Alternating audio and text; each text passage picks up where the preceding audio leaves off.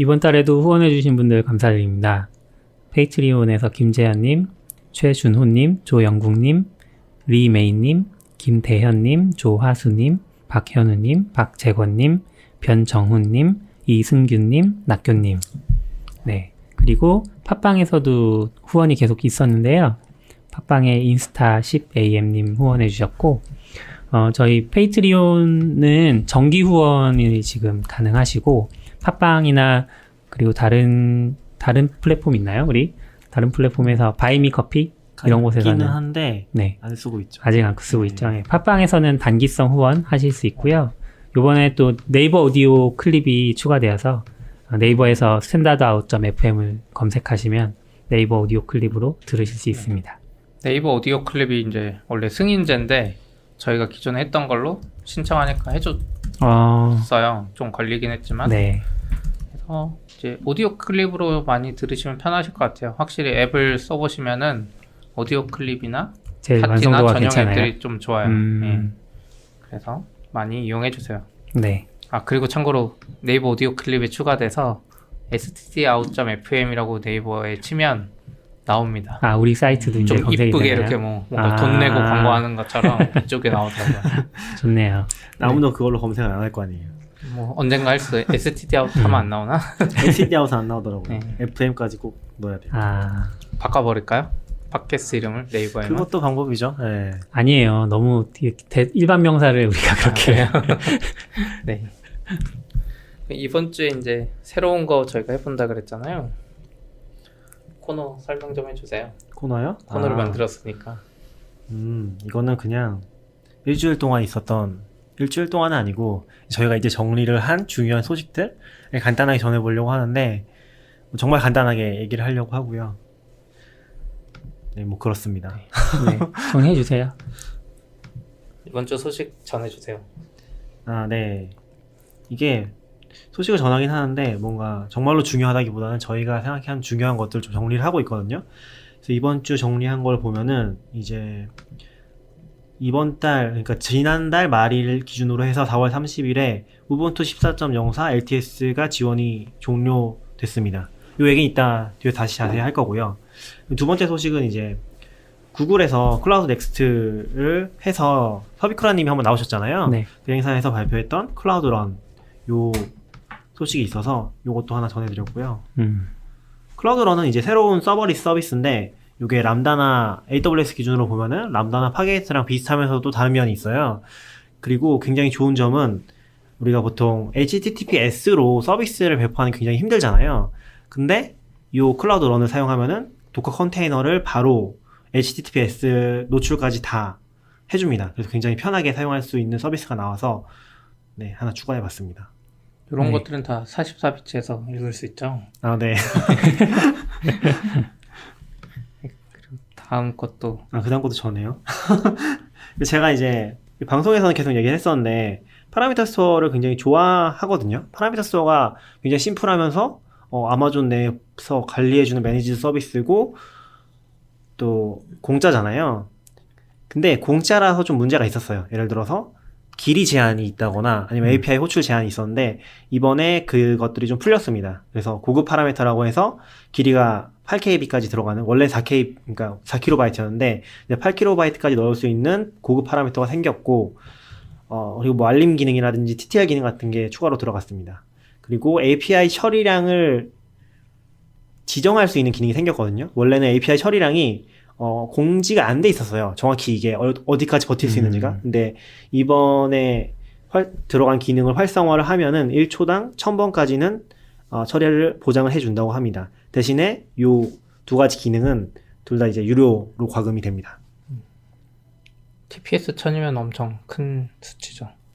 그쵸. 웬간한 것들은 될 것 같아요. 그러니까 요거를 처음부터 활성화하기보다는 이제 쓰다가 좀 간당간당해질 때 뭐 리밋 한두 번 봤다거나 하면 활성화를 하면 될 것 같아요. 다음 소식으로는 이제 4월 25일에 도커 허브의 계정 정보 유출 기사가 있었어요.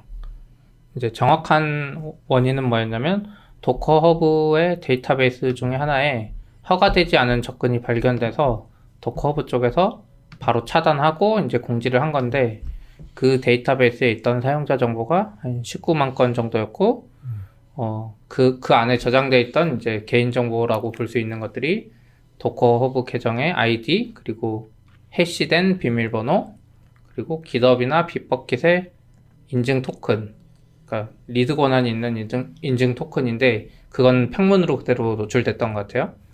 그래서 도커 허브 쪽에서 했던 조치가 이 19만 명이 누군지 알고 있기 때문에 그 19만 명에 대해서 비밀번호를 다 강제 리셋하고 그 사람들한테 리셋 이메일을 다 보냈다고 해요. 네. 그래서 그분들은 우선 로그인을 못하는 상태라서 자동으로 비밀번호를 바꿨어야 되고, 마찬가지로 GitHub이나 빗버킷 그 인증 토큰도 다 만료시켜버렸다고 해요. 이 19만 명은.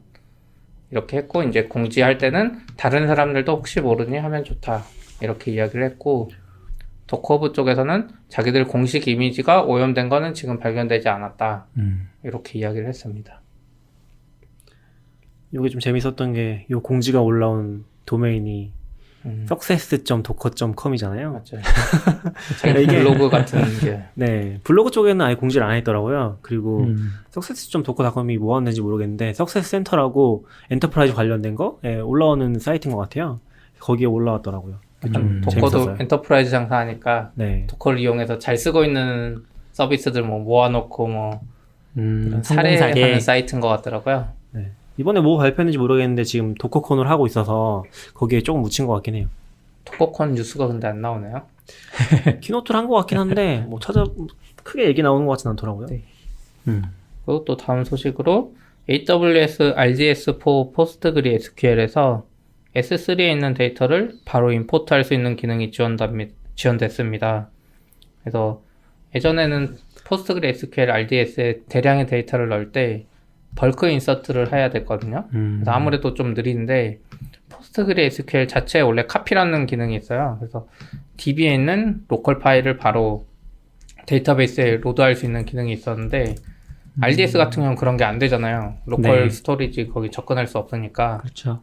그래서 그 기능을 익스텐션으로 S3에 있는 걸 바로 가져와서 넣을 수 있게 만들어졌어요. 그래서 여기서 밝히기로는 PostgreSQL 카피에서 지원하는 그 파일 포맷이 CSV랑 그냥 일반 텍스트랑 바이너리라고 합니다. 그래서 이 기능을 이용하면 좀 더 빠른 데이터 임포트를 할 수 있을 것 같아요. 참고로 AWS 오로라 MySQL에서는 이게 됐었고요. 오로라 MySQL은 심지어 그 셀렉트 결과를 S3로 내보내는 것까지 돼요. 네, 그래서 이제 대량의 데이터를 주기적으로 S3로 내보낼 수 있는데 PostgreSQL은 그 내보내기 기능까지는 아직 없는 것 같아요. 요 AWS S3 확장 기능은 네. 그냥 RDS에 포함이 되어 있는 거죠. 지금 그런 것 같아요. 아마도 뭐 그런 제가 그 글 쓰면서 따라 예제를 봤는데 익스텐션 설치에 대한 이야기는 없었거든요. 그래서 기본 설치되어 있다고 생각됩니다. 네. 그리고 AWS에서 새 리전을 발표했는데 홍콩 리전이죠. 그래서 이름이 AP East 1인데요.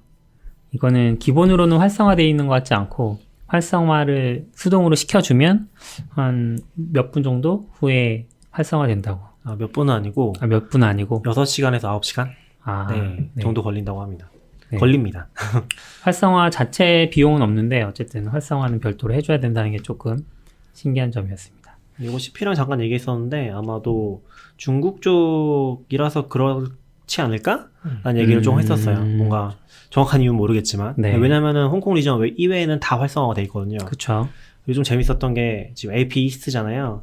중국을 찾아봤는데 중국은 CN 이스트 이런 거더라고요. 베이징 리전이 원래 있는데 아. 그게 우리가 보는 그 콘솔에서 눌러도 베이징 리전은 안 나와요. 네. 원래. 네, 안 근데 나오죠. 홍콩 건 이게 나오는 거거든요. 음. 그래서 이름이 좀 다르게 따지고 거의 뭐 AP 노스이스트에 맞먹는 급이군요. 중국은. AP랑 같은 급인 거죠. 그렇죠. CN이. 중국 땅 하나만 해도 그 안에서 리전이 몇 개 나올 정도가 그러네요. 되니까. 네. 그리고 다음으로 플런트D라고 그 로깅 오픈소스 로깅 프로젝트가 있는데 프로젝트가 CNCF에서 지원하던 프로젝트였는데 이번에 졸업 단계 프로젝트로 격상 뭐라 그러죠? 하여튼 단계가 바뀌었습니다. 이 CNCF의 프로젝트가 처음에 샌드박스로 시작하고 그다음에 어떤 특정 조건들을 만족하면 인큐베이팅이 되고 마지막으로 이제 졸업 단계가 되는데 졸업 단계는 좀 많이 성숙한 그런 프로젝트라고 보시면 됩니다. CNCF가 그러니까 이해하기 쉽게 하자면 아파치 재단 같은 거죠. 이름을 얘기해 주시면 좋을 것 같아요. 아, 클라우드 네이티브 컴퓨팅 파운데이션. 리눅스 재단의 하위 재단이죠. 네. 네. 아, 그렇군요. 네. 그리고 Node.js 12 버전에 롱텀 서포트 LTS가 이제 출시됐는데요. 요거를 원래 44비트에 써보려고 했는데 노드를 잘 안 쓰다 보니까 무슨 말인지 못 알아먹겠더라고요. 그래서 요거는 이제 출시 소식만 알리고 넘어가도록 하겠습니다. 노드 하시는 아싸님 한번 불러야겠네요. 글로 써달라고. 박사님이 어떤 문법 싫다고 하셨던 것 같은데 네. 트위터에서. 프라이빗도 좋으셨죠. 네. 근데 Node.js LTS는 좀 주기가 빨리 오는 것 같더라고요. 음. 우분투 쪽은 2년에 한 번인데 네. 노드는 1년에 한 번인가 그런 것 같더라고요. 그럼 이제 메인으로 들어가서 우분투 이야기를 좀 해볼까요? 네. 우분투 LTS가 이번에 종료됐잖아요. 네. 저희가 오늘 이제 글을 공개한 것 같은데 요거 쓰다 보니까 좀 재밌는 개념들이 있더라고요. 그렇죠. 네. 우선 LTS가 어떻게 들어가는지 기간? 저도 지금 정확히 기억이 안 나는데 우선 2년에 한 번씩 짝수 버전이 LTS 버전이고 네. LTS를 하면 처음에 한 3년? 3년이 이제 그 지원 기간이고 그게 지금 끝났잖아요. 네. 3년은 아니고 그게 하드웨어 지원 기간 포함해서 그 메인터넌스 업데이트까지 해서 5년. 지금 그렇죠. 기준으로 맞아. 네, 5년일 거예요. 그래서 2014가 그럼 언제 나온 거지? 2014년에 14년이요. 나왔겠네요. 2014년에 나와서 그 연도 똑같은 건가? 네, 그쵸. 맞아요. 몰랐어요. 그래서 2014년에 나와서 이제 LTS가 19년에 됐고 만료가 되는 네, 거군요. 올해 4월 30일. 그러니까 지금 만료가 된 거예요. 저희가 네. 녹음하는 시점에서는 이미 만료가 됐습니다. 4월 30일에 딱 만료가 됐고 근데 이제 이걸 쓰는 회사도 있을 거잖아요. 그쵸. 그래서 서포트 좀 보안 패치 받아야 되고 받을 수는 있습니다. LTS는 끝났는데 우분투 어드밴테이지라는 유료 그 서비스? 유료 네. 서비스. 네, 그걸 가입한 기업이면은 그 보안 패치나 뭐 이런 거에 대해서 추가로 2년인가요? 3년. 아니, 3년을 더 3년까지. 받을 수 네. 있습니다. 그래서 3년 더 버틸 수 있어요. 돈 내면. 이게 저도 몰랐는데 이게 도메인이 좀 재밌는 게 서비스 이름은 우분투 어드밴테이지인데 도메인 이름은 by.ubuntu.com이거든요. 거기 가면 뭐뭐 살 수 있어요? 아니 ESM만 살 수 있어요. 이게 아. Extended Security Maintenance라고 하는데 그러니까 보안 패치만 이제 계속 해주는 것 같아요. 3년 정도까지 할 수 있는데 요거를 이제 구매를 할 수 있는 페이지인 것 같아요. 그래서 요거를 하고 있으면은 이제 3년 정도는 더 지원해준다인 것 같아요. 그 그래서 릴리즈 이게- 사이클 표를 보니까 네. 18.04부터는 그 익스텐디드 시큐리티 메인터넌스 기간이 좀 더 길어지는 느낌이네요. 맞아요. 이게 한 계속 5년 바뀌는 것 정도? 같더라고요. 네, 그럴 수 있겠죠. 그거는 뭐 그 캐노니컬에서 제공한 서비스 때문에 거기에서 제공을 할 것 같고 네. 이게 원래는 없었는데 한 12.04부터 새로 생긴 것 같더라고요. 그래서 이번 버전도 ESM을 지원하고 있고 혹시 이제 14.04를 꼭 써야겠다 하시면 ESM을 하면 될 것 같긴 한데 이제 가능하면은 다음 버전으로 넘어가는 게 좋겠죠. 네. 근데 이제 롱텀 릴리즈가 이제 2년에 한 번씩 있잖아요. 2년에 한 번씩 있고 아마 04 버전이 롱텀이 되는 것 같아요. 그래서 네. 중간에 10 버전이 있고 그다음에 홀스 버전이 있는 거잖아요. 걔네들은 이제 뭐 쇼텀이라고 따로 얘기하진 않는 것 같은데 인터림 릴리즈? 인터림? 중간 릴리즈라고 해야 될까요? 네. 네. 영어로 인터 IM 릴리즈라고 돼 있거든요. 얘네들은 이제 지원 기간이 실제로 9개월밖에 안 돼요. 그래서 약간 데스크탑을 쓰면서 내가 막 실험적으로 이런 거 저런 거 하고 싶다는 사람이 아니면은 사실 추천할 만한 버전은 아닌 것 같긴 해요. 네, 굉장히 짧아서. 뒤에가 04로 끝나야 돼요. 앞에도 짝수인데 뒤에가 04로 끝나야 그쵸. 됩니다. 네, 그런 게 좀 있었고요. 그리고 지금 최신 버전이 뭐였죠? 지금이 18.04 LTS 중에는 18.04고 그냥 LTS 아닌 거는 지금 19.04. 19.04가 나와 있죠. 얼마 전에 나왔죠. 네, 그래서 그런 버전들을 선택해서 쓰시면 될 것 같아요. 최근에 하신다면. 이름은 어떻게 정해지는지 모르겠어요. 이름은 ABCD잖아요. ABCD요? 그래요? 릴리즈 번호, 그러니까 릴리즈 코드명이라고 해야 되나? 그게 네. ABCD로 그렇네요. 지금 진행되고 있어요. 근데 둘 다네요. 지금 이게 두 단어로 네, 이어지잖아요. 네, 네. 둘 다 같은 영어 단어로 시작하네요. 네. 아, 그렇구나. 트러스티 타르, 뭐 제니얼. 그래서 그 다음이 플러스. 이제 다들 궁금해하고 있죠. 아. G가 끝난 다음에 과연 뭐가 될 것이냐. AA를 또 할 것이냐. 뭐 아니면 너무 근데 성급한 판단이네. 그때 우분투가 없을 수도 있는데. 아, Z는 죽었구나. 17 버전이 Z였겠네요. 네? X, Y, Z인데? 뭐가요? 아니죠. 20 헷갈려. 30 몇이 Z 가겠죠. 지금 D예요. 19가. 아, 근데 지금 16.04가 X 제니얼 제로스거든요? 그때까지는 그냥 마음대로 아, 그러네. 맘대로네, 여기는. 그 전에 마음대로 하다가 이제 ABC 대학으로 한 거 아닐까? 17부터 ABC로 가나 보네요. 음. 네. 그렇군요. 네. 재밌는 걸 배웠습니다. 파라미터 스토어 얘기도 좀 더 해주실 거예요? 아, 이거 적어놨구나. 아, 다 한 것 같아요. 다 했어. 파라미터 스토어 뭐 제가 좋아해서 지금 계속 얘기하고 있는데. 저도 이거는 좋아해요. CP님이 발표도 하셨었잖아요. 그때 우리 얘기했었나? 강제 네. 발표한 거죠. 아, 뭐, 그렇긴 한데, 이거 아직 영상 안 올라왔죠? 네. 아, 영상은 아직 안 올라온 것 같아요. 떠있긴 한데 아직 AWS에 공개는 안 했어요. 아, 공개가 되면은 저희가 한번 링크 해서 소개를 해보도록 하겠습니다. 그리고 좀 재밌었던 소식 중에 하나가, 저는 몰랐는데, 다크룸이라는 게임이 있다고 하더라고요. 닌텐도 스위치에. 네. 근데 이 게임이 지금 내려갔어요. 이거 보셨나요? 약관 다크룸 위반이에요? 내려간 거? 봤어요. 약관 위반 같은 거예요? 뭐, 그렇다고도 볼 수 있겠죠. 근데 정확히 모르겠는데, 이게 지금, 저도 모르겠는데, 요새도 콘솔 게임들도 보면은, 다 스토어로 돼 있나 봐요. 네, 맞아요. 네. 근데 스토어에서 일단 내려간 거고요. 근데 그 이유가, 루비 인터프리터가 포함이 되어 있었다고 합니다. 그거를 자기가 밝힌 거죠. 이 사람이 마스토돈을 쓴 것 같아요. 마스토돈이 뭐냐면, 트위터 비슷하게, 정확히 원리는 모르겠는데, 트위터 약간 같은. 분산형 트위터 같은 비영리 그거요. 블록체인이에요. 서버거든요? 블록체인이에요? 그러니까 블록체인 위에 돌아간 거 아닌데 블록체인 뜨기 네. 전에 난 도대체 이게 무슨 개념이야 이런 데이터 낭비를 왜 해야 돼 그랬는데 지금 보니까 딱 블록체인 느낌이 뭔가 서로 똑같은 트윗을 쓰잖아요. 그러면 서버 한 100대가 다 그 데이터 똑같이 카피해요. 이미지까지. 근데 블록체인은 아닌 거죠. 아니, 블록체인은 아니죠. 네. 근데 뭔가 개념적으로. 느낌이 네. 디센트럴라이즈하게 저 서버가 내려가도 이쪽 데이터가 다 있어요. 네, 그래서 마스토돈이라는 걸 하시는 것 같은데, 이게 아미르 라잔이라는 개발자예요. 정확히는 이제 그 회사의 개발자 분이신 것 같아요. 이분이 혼자 만든 건 아닌 것 같고.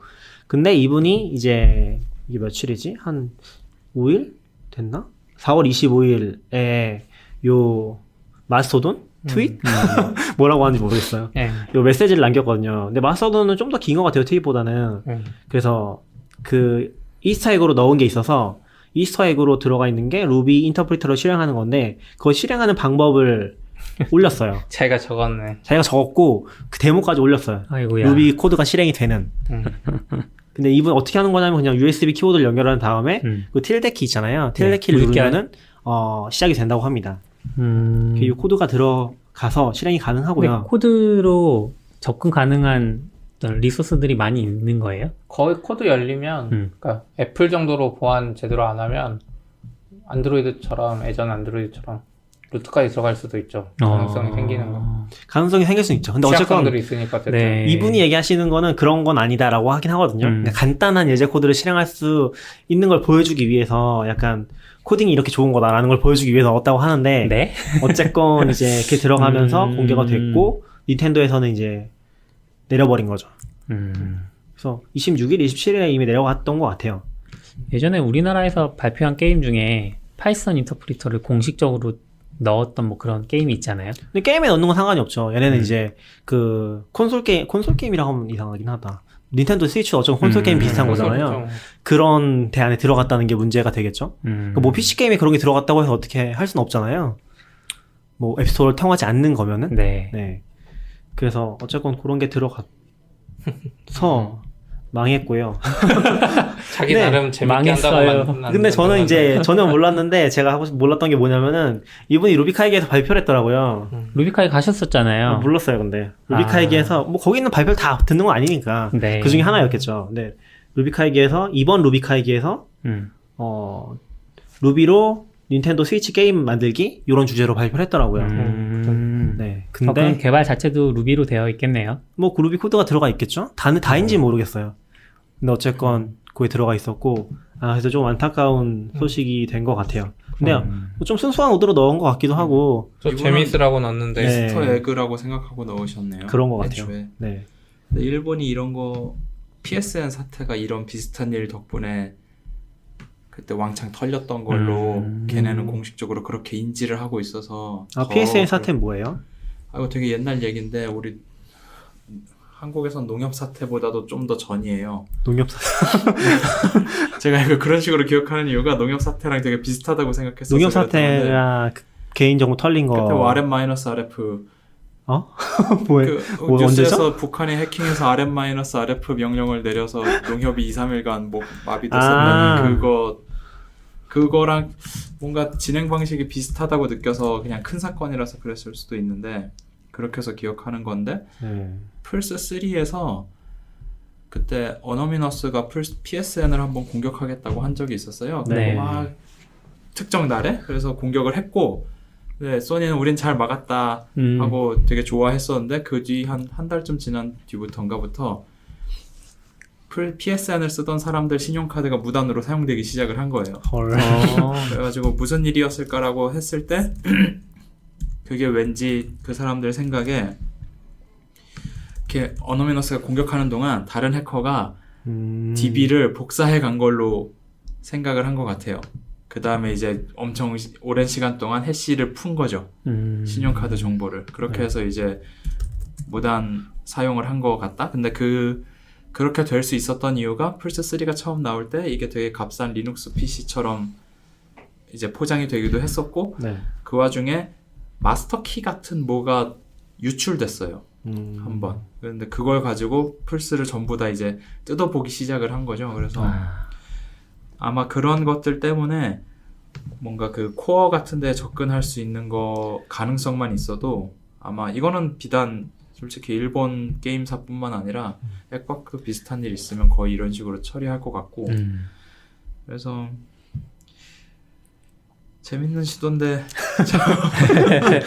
참 의도와는 달리 네, 뭐라고 해 이건 누구도 잘못한 게 아닌 것 같아서 아쉽네요. 네. 다크룸 게임 해보셨어요? 아니요, 뭔지도 몰랐어요. 이 사건으로 알았죠. 전 다크룸에가 처음에 예전에 다크 에코라는 게임이 있었는데 그건가 했었는데 아니고 텍스트 베이스 게임. 이 심지어 게임 자체도 텍스 베이스예요. 예, 아니, 그래서 다크룸이요? 예. 아. 이 틸다 요거 쓰는 것도 되게 많은 PC 게임에서 보통 저게 콘솔 창 여는 기능이잖아요. 이제 그래서 그렇죠. 전혀 왠지 몰랐어요. 그랬을 것 같아요. 그 뭐 GTA 같은 거 하다 보면 치트키 네. 있을 때 저 키 눌러서 텍스트 입력하고 막 날아다니고 아, 있는 그래요? 거죠. 게임은 근데 별로 안 해서. 애플 앱스토어 같은 경우는 코드 검수까지 하는 것 같다고 했었잖아요. 안 해요.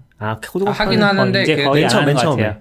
같아요. 요즘에 자동으로 하는 건 뭐냐면 네. 처음에 코드 검수는 처음에 그냥 다 하나 봤던 것 같고 네. 걔들 코드 검수 레벨이 뭐냐면 쓰면 안 되는 메소드 이름이 있어요. 아. 그 메소드 이름을 그냥 찾는 방식이에요. 지금도. 아.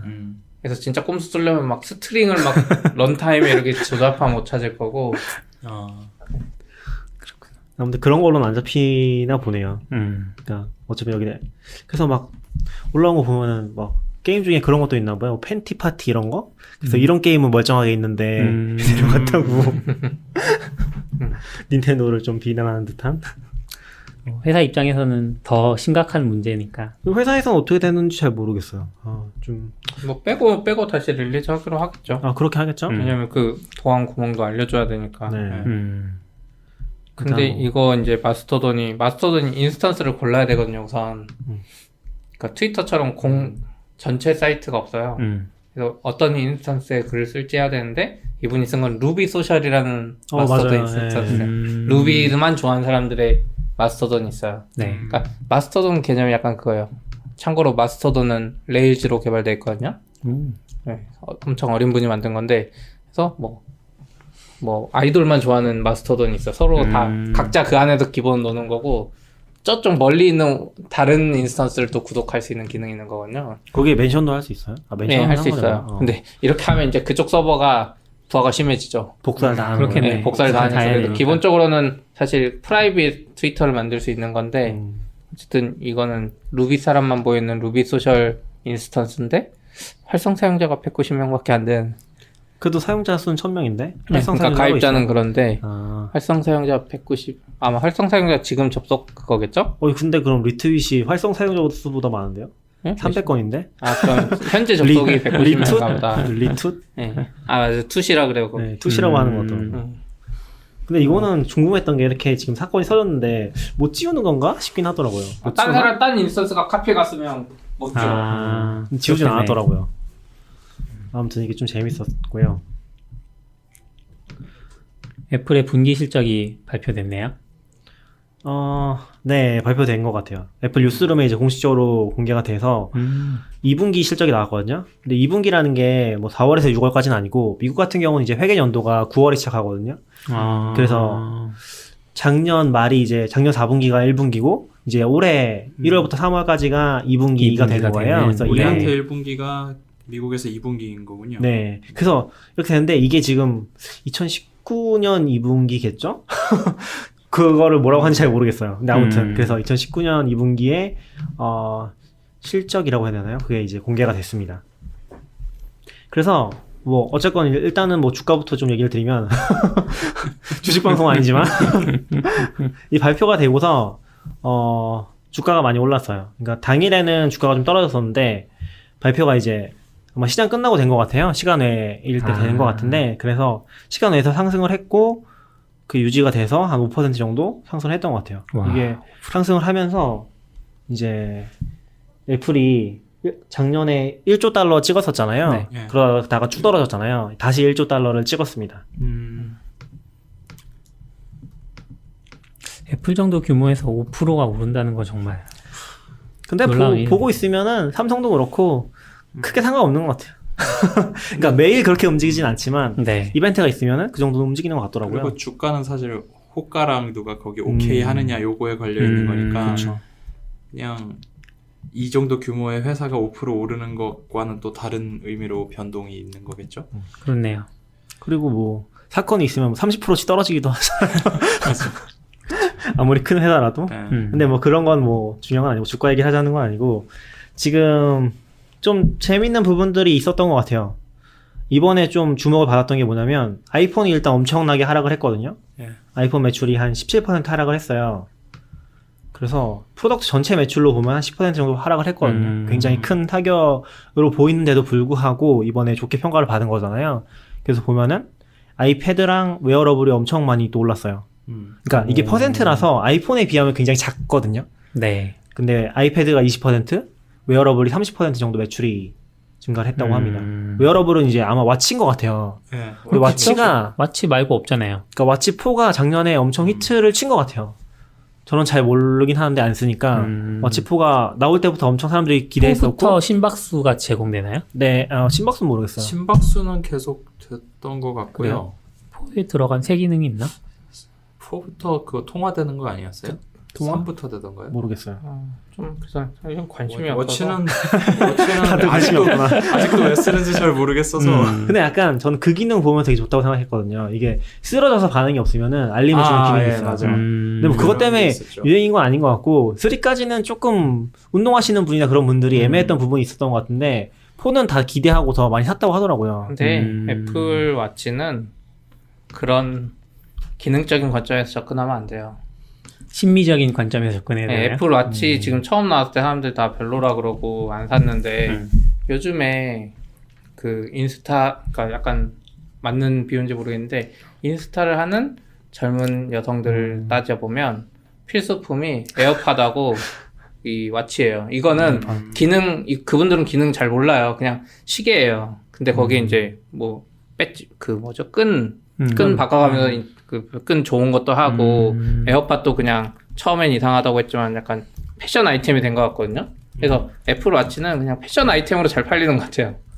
기능 우리가 생각하기에는 바뀐 게 없는데 조금 줄어들었죠. 애플 와치 4가 맞아. 정확히 사이즈가. 모르겠는데 근데 좀 뭐랄까 나올 때부터 인기가 3 때랑 좀 달랐다고 하긴 하더라고요. 들어보면은. 그러니까 그게 지금까지 쌓였던 것 같아요. 저는. 이제 쌓였던 게 왠지 점점 더 많이 원 사는 쓰던 사람이 슬슬 바꿀 때도 됐을 것 같고. 그리고 포 때는 또 재밌었던 게 에르메스랑 같이 나왔잖아요. 저 에르메스 에르메스 패키지가 계속 나왔어요. 세린가 툰가에 에르메스가 나왔어요. 아, 그래요? 끈 계속 비싼 거. 있었어요. 포에도 나와서 네. 좀 포 때 나온 줄 알았어요. 그러니까 에어팟도 사실 보면 에어팟 1은 2 나오기 전까지 개선이 안 됐는데 한 1년인가 별로 많이 안 사다가 급작스럽게 늘었잖아요. 기능 개선이 없는데도. 에어팟. 예, 에어팟 1 그게 에어팟도 웨어러블로 들어가나요? 그럴 것 같은데 지금 헤드폰 매출이 따로 안 써 있어요. 그게 저는 네. 좀 어려웠던 게 항상 헷갈리는 게 이번에 에어팟 주문하긴 했는데 에어팟 어디서 사야 되지? 그 카테고리 잘 모르겠는 거예요. 뮤직에 있긴 하더라고요. 아, 뮤직. 서비스 매출로 뮤직이랑- 잡은 거 아니야? 뮤직이랑 모든 곳 액세서리 쪽에 있어요. 네. 음. 그리고 지금 프로덕트는 그렇고요. 그러니까 프로덕트는 아마 물리적인 장비를 얘기하는 것 같아요. 이건 그렇고 서비스 매출이 굉장히 많이 증가를 했어요. 서비스 매출이 16%가 증가를 해서 어떤 서비스가 전체적인 있을까요? 서비스라고 얘기하는 것 같아요. 정확히 말 안 하고 그냥 이제 기사들이 말하기로는 뭐 아이튠즈 영화도 네. 최근에 막 하고 뭐 앱? 예. 뭐 앱도 많이 있을 거고. 근데 이게 비중이 최근에 굉장히 많이 올라간 것 같아요. 그래서 전체에서 차지하는 비중 자체가 서비스가 이제 20%까지 올라갔다고 하더라고요. 근데 서비스가 진짜 중요한 게 뭐냐면은 일단 뭐 영업이익까지는 정확히 안 나오긴 하던데, 그러니까 그 부분별로 안 나오는데 매출 총이익이 이제 원가를 뺀 거거든요. 네. 원가를 뺀 거 봤을 때 프로덕트는 한 30%가 나와요. 이것도 굉장히 높은 편이긴 한데 서비스는 한 60% 나오거든요. 이익률을 말씀하시는 거죠? 그러니까 원가를 뺀 네. 기준, 그러니까 매출에서 원가를 뺀 거, 그 판매비랑 그런 거 음. 아니라 그런 거 뺐을 때 60% 나와서 사실은 이게 커지면은 마진이 엄청나게 많이 남는다는 거죠. 그렇겠네요. 그러니까 이게 올라갔을 때 좀 반응이 다르게 나온 것 같아요. 그래서 요거 때문에 이번에 주가 많이 상승했다고 하더라고요. 오히려 매출은 떨어졌는데. 어차피 프로덕트는 계속 팔리기만 하면 되고 거기서 계속 서비스는 이용할 테니까. 프로덕트는 아무래도 XR이랑 XS가 망해서 근데 왜 저는 이제 애플의 서비스라고 하면 그 모든 서비스를 아이튠즈에서 다 볼 수 있다 뭐 이런 식으로 생각을 했었는데 예전에는. 네. 근데 아이튠즈가 사라진다는 얘기도 있더라고요. 그래서 어떻게 된 아이튠즈가 얘기인가. 사라지는 건 아니고 아이튠즈를 아마 그냥 뮤직으로 바꾸는 것 같고요. 애플 뮤직이라는 이름으로 예, 어차피 음. 있었으니까. 그럼 팟캐스트는 앱이 따로 나올 것 같고, 영화도 따로 나오는 건가요? 영화는 그러면? 그 TV 앱이 따로 나오니까 애초에 쪽에 아, 갈 거라는 TV 앱이 있으니까 그게, 이제. 그게 보이긴 했었으니까 아하, 아마 그렇게 가겠죠? 신기하네요. 근데 여기도 이제 그 기반이 되는 거를 그 뉴스룸 기사에 나오거든요. 그러니까 애플 뉴스룸이라는 공식 정보 사이트가 있는 거예요. 보도자료 내보내는. 아마 한글도 번역이 될 것 같아요. 여기 예. 다 번역해 주더라고요. 지금 아직 안 되긴 했는데 여기 설명으로 봐서는 1.4조 개의 활성 디바이스를 기반으로 서비스 부분이 상승하고 있다고 얘기를 했거든요. 이거 페이일 수도 있겠네요. 근데 서비스. 서비스가 뭔지 정확히 안 밝혔잖아요. 모든 서비스겠죠. 그러니까 그러니까 애플이 하고 있는 앱스토어도 사실 서비스 매출이고 네. 인앱 퍼체이스 같은 게 앱스토어도 있고 애플 페이도 있고 하는데 요즘 앱스토어에 구독자 많이 늘고 있으니까 그렇죠. 이쪽에서 가져가는 것도 있을 것 같고 애플이 애플 뮤직이나 이런 것도 구독으로 하는 거 있고, 그러니까 꾸준하게 들어오는 돈 있는 데다가 아무래도 요즘 점점 약간 그 주기가 다시 온 것 같아요. 하드웨어 많이 안 사고 소프트웨어 왕창 사는 그 주기가 다시 온 것 같아요. 그 주기가 온 게 X부터 기기가 너무 비싸서 그런 거 아니에요? 아니요, 그거하고는 관계 없는 것 같아요. 그러니까 그래요? 이게 하드웨어가 한창 뜨면서 지금 그러니까 10S가 엄청 비싼 건 그건 잘 모르겠어요. 왜 그렇게 비싸게 했는지. 근데 그 8 플러스까지만 해도 한 예. 699였잖아요. 예. 지금은 거의 뭐 $1,000 넘죠. 거의 다 그런 느낌이잖아요. 10S 맥스 이건 거의 200 가까이 가죠. 근데 지금 그래요? 하드웨어가 다 비싸졌어요. 뭐 아. 비단 애플만 비싸진 게 아니라 하긴 삼성도 비싸고 폴더도 비싸고 폴더는 근데 비쌀 수밖에 없었고 그건 네. 어찌 보면 신기술이니까. 그러니까 뭐 근데 다 하드웨어가 다 비싸졌는데 그거랑 관계없이 그냥 지금 사람들이 하드웨어보다는 소프트웨어 쪽에 훨씬 더 집중하는 것 같아요. 결국 예전에 갤럭시 같은 경우에 S3 즈음부터 아이폰 같은 경우는 4S 즈음부터는 이제 2년마다 바꾸는 주기가 거의 깨졌잖아요. 3년, 4년 정도 네. 쓰기 시작하고. 그러면서 하드웨어는 점점 좋아지니까 이제 하드웨어를 이제 느려서 못 쓰겠어라는 생각을 안 하게 된 것 같아요, 사람들이. 아니, 그럴 것 같은 게 2018년에 베스트셀러 스마트폰 1위가 아이폰 X거든요. 지금 2위가 아이폰 8이고 뭐 이런 식인데 보면 그렇게 많이 베스트셀링 됐는데도 불구하고 지금 프로덕트 쪽에 매출이 감소했던 거잖아요. 아이폰이.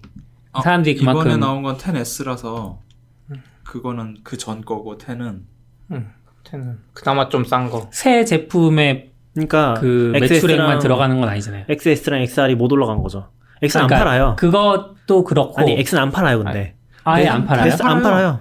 10 안 팔아요? 10 못 사요. 중고로 사야지. 네 중고로 사야 돼요. 근데 못 사요. 어떻게 2018년 그 베스트셀링 스마트폰이 돼요? 그 전에 베스트- 출고된 것도 있을 거고. 베스트셀링은 아니고 상관없어. 베스트셀러잖아요. 베스트셀러랑 다른가? 아 잘 모르겠어요. 그렇죠. 네. 어쨌든 그 9월인가 6월에 출시되잖아요. 그럼 2018년까지 누적 판매를 그러니까 보는 걸까요? 10S랑 10R이 나온 게 2018년 9월인 거예요. 9개월 동안 9월까지. 10을 판 거죠, 어떻게 보면. 마지막 3개월을 10S랑 10R을 팔았는데 원래는 신제품이 나오면 그걸 커버할 수도 있을 것 같은데 네. 10S랑 10 그 맥스가 너무 비싸게 나와서 이제 쉽게 이동 못한 것도 있을 거고 10이 또 워낙 좋아요. 10 좋아요. 이게 그런 기본적으로 영향이 전년 동분기랑 이제 이렇게 동분기랑 대비해서 하락한 거니까 실질적으로 프로덕트 뭐라고 해야 돼? 하드웨어 판매가 줄어든 거는 맞는 것 같아요. 실제로 줄었고 오히려 이제 아이패드랑 웨어러블이 많이 팔렸다는 게 결국 여기 돈 써서 아이폰을 못 샀다. 이런 설명도 가능은 할 텐데 그건 좀 말이 안 되는 것 같고. 그건 좀 말이 안 되는 것 그런 같고. 식으로 맨날 뭐 사람들 설명하는 사람들이 있는데 그거보다는 그냥 하드웨어 자체에 대한 욕구가 많이 줄어든 시기가 온 것 같아요. 예전에. 근데 그것도 있고 아이폰 10S랑 10R이 가격 책정 잘못한 게 여기도 나왔던지 모르겠는데 기사에 다른 기사 보면 중국 쪽에 가격 조정을 좀 했어요. 아 예. 그래서 좀 판매량이 늘었어요. 그러니까 가격 책정을 확실하게 잘못한 것도 있어요. 그리고 갤럭시 시리즈도 비싸다고는 하는데 네. 지금 저희 회사 분도 갤럭시 S10 플러스 샀거든요. 제일 비싼 거. 예. 보조금하면 35만 원이에요. 그냥 오히려 갤럭시 S8 S7 사던 시절보다 뭐 더 싸지는 보조금 워낙 푸니까. 근데 애플은 그게 없잖아요. 네. 그쵸. 애플은 그게 없는데 지금 200만 원 핸드폰을 막 찍어버리니까 뭐 물론 마진은 여전히 잘 남기지만 그렇죠. 그리고 아이패드 이제 매출 늘어나는 것도 생각해 보면 요즘에 그런 사람들이 많아요. 저희 아까 그 10 S10 산 분도 그렇고 다른 분들 다 보면 핸드폰은 안드로이드인데 타블렛을 아이패드 들고 다니는 사람 진짜 많아요.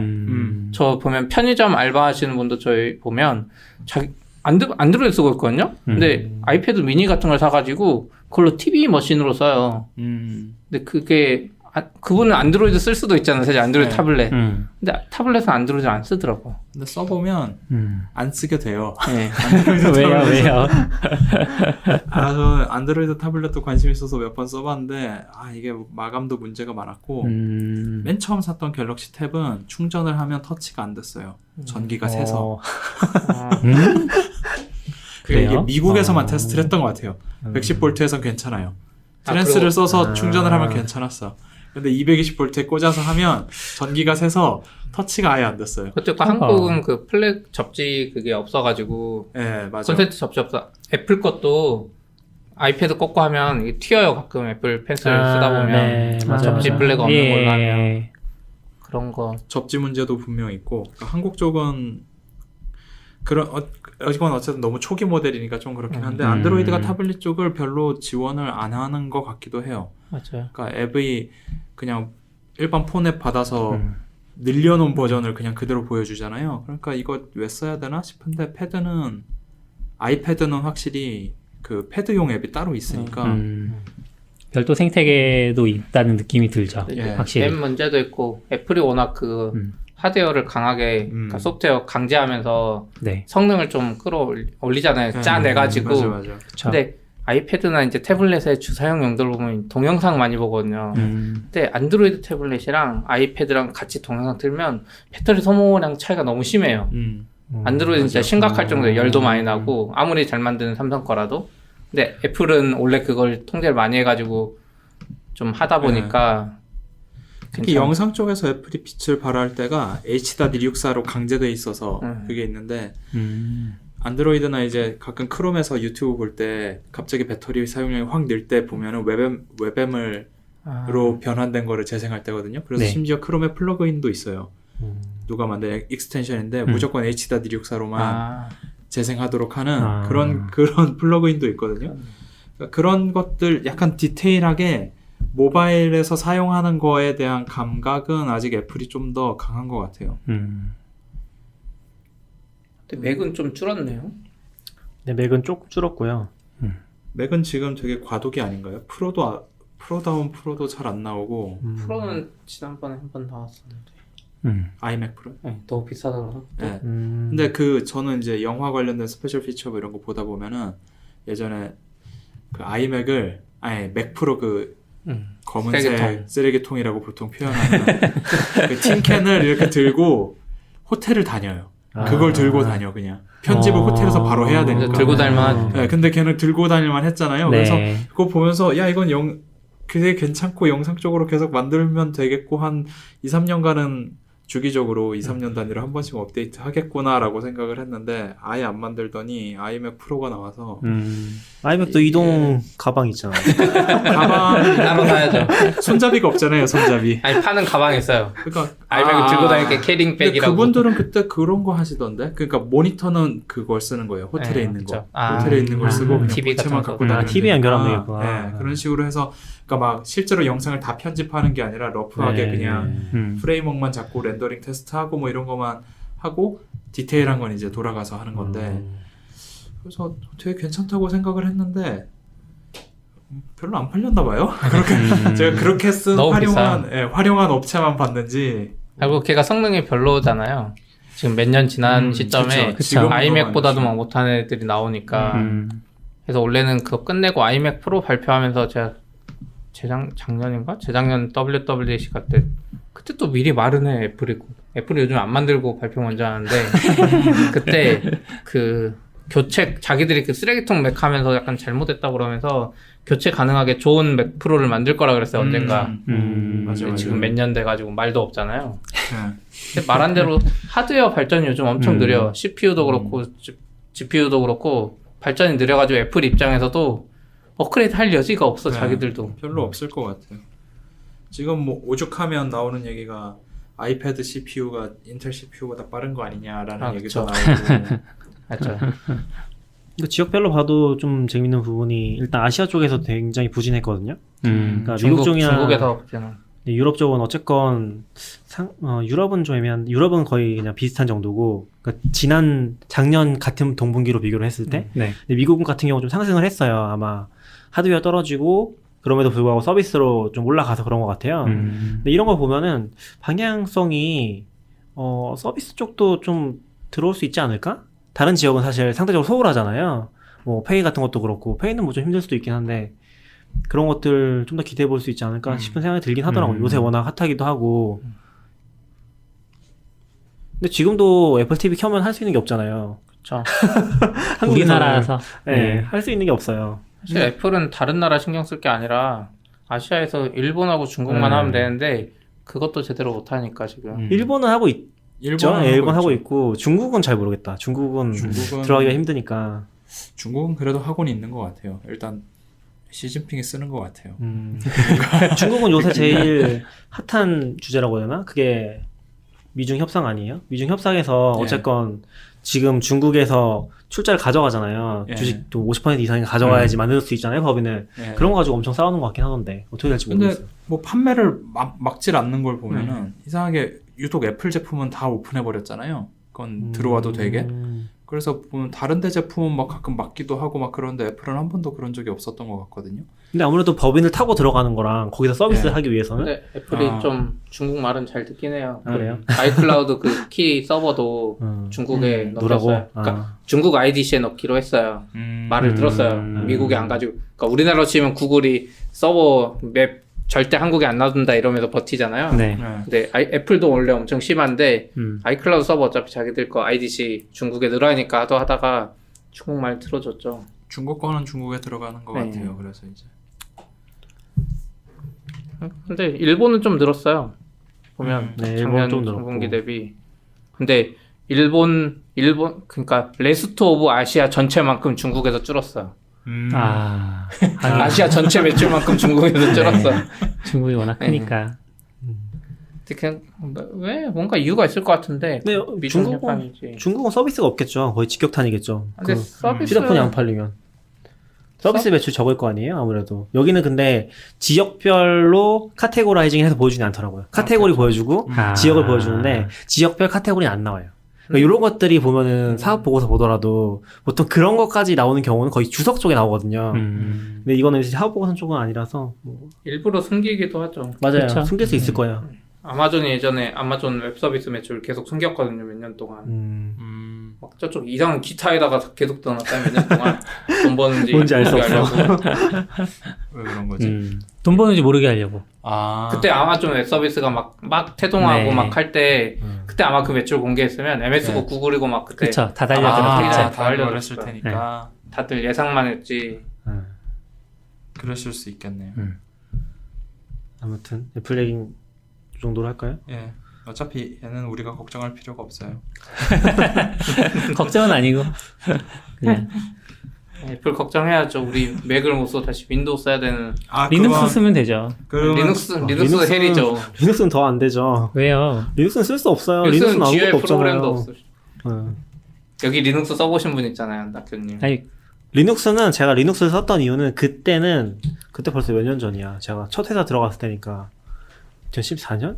그쯤이었던 것 같은데 그때는 리눅스 썼거든요. 근데 리눅스를 쓸 수 있었던 거는 제가 그때 어떤 뭐라고 해야 되지? 컴퓨터에 대한 이해는 커맨드 라인이랑 브라우저만 있으면 된다. 컴퓨터는.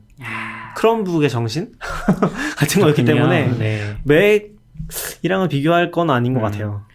저는 뭐 우리가 쓰는 오디오 하이잭이나 이런 프로그램은 없겠지만 아니요. 그게 문제가 아니라 배어도 없고요. 율리시스도 없고요. 그래도 요즘 약간 그 일렉트론이나 이런 것들이 맞죠. 그 멀티 플랫폼으로 지원해 주니까 뭐 슬랙 앱만 해도 사실 저는 안 된다고 일렉트론이잖아요. 봅니다. 일렉트론이랑 네이티브 잘 만든 앱이랑 차이가 너무 커요. 그러니까 뭐 예를 들어서 그런 네이티브 거죠. 신봉자 아니 어도비 앱을 안 나오잖아 일렉트론으로. 나와요. 거의 안 나오잖아요. 어도비의 그 동영상 편집 툴 어도비 러시라는 게 있는데 네. 걔가 약간 웹앱 기반 같은 거라 물론 좀 딸리고 간단한 편집이지만 어도비도 시도하고 있어요. 그러니까 웹 어셈블리가 진짜 잘 돼서 다음 단계로 넘어가면은 웹 어셈블리를 기반으로 완전히 이제 앱스토어처럼 그 정도 수준의 앱이 나오기 시작하면 모르겠는데 잘 모르겠어요. 그 시대를 앞당겨야죠. 저는 그냥 배워 쓰겠습니다. 맥에서. 리눅스는 사진 관리조차도 편하지 않아요. 뭐 사진 찍는다고 싱크가 되는 것도 아니고 그래서 영상 보는 건 더 안 좋고 그냥 일반 대통령으로 안 개인용이 맞는 것 아닌 것 같아. 같아요. 개인용이 안 저는. 맞아. 개인용은 아니죠. 멀티미디어에는 일단 어울리지 않죠. 근데 근데 이제 멀티미디어 빼고도 코딩으로 생각했을 때는 사실 그쵸, 갖출 코딩. 건 다 있잖아요. 내가 코딩만 할 거다 그러면 리눅스 괜찮죠. 근데 진짜 아무것도 안 하고 코딩만 할 거야. 코딩만 하고 코딩만 떠오르는 게 하는. 없는데? 네.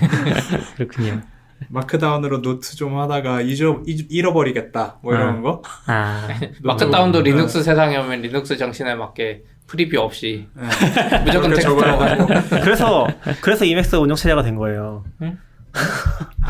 무슨 또 이맥스 기승전 이맥스가 되는데 또 근데 진짜 노트 프로그램 최고는 옛날에 윈도우 쓸 때 느낌으로 돌아갈 것 같아요. 리눅스를 쓰면 컴퓨터 바꿀 때마다 백업을 해줘야 되는데 그때마다 유실되는 거 생기고 나도 기억이 안 나고 백업했는지 기억이 안 나서 2번 백업하고 있고 뭐 그런 상황이 또 반복될 것 같아서 윈도우는 지금은 안 그런가요? 지금도 윈도우즈 안 쓴지 너무 오래돼서 이제 모르겠는데 원드라이브가 있으니까 좀 나아지지 않았을까요? 그렇게 쓰겠다라고 또 생각을 하고 쓰면 괜찮을 것 같아요. 원드라이브가 아이클라우드 같은 역할을 하는 거예요? 드랍박스 같은. 오히려 드랍박스에 가까워요. 아이클라우드처럼 편하게 만든 클라우드는 아직 못 본 것 같아요.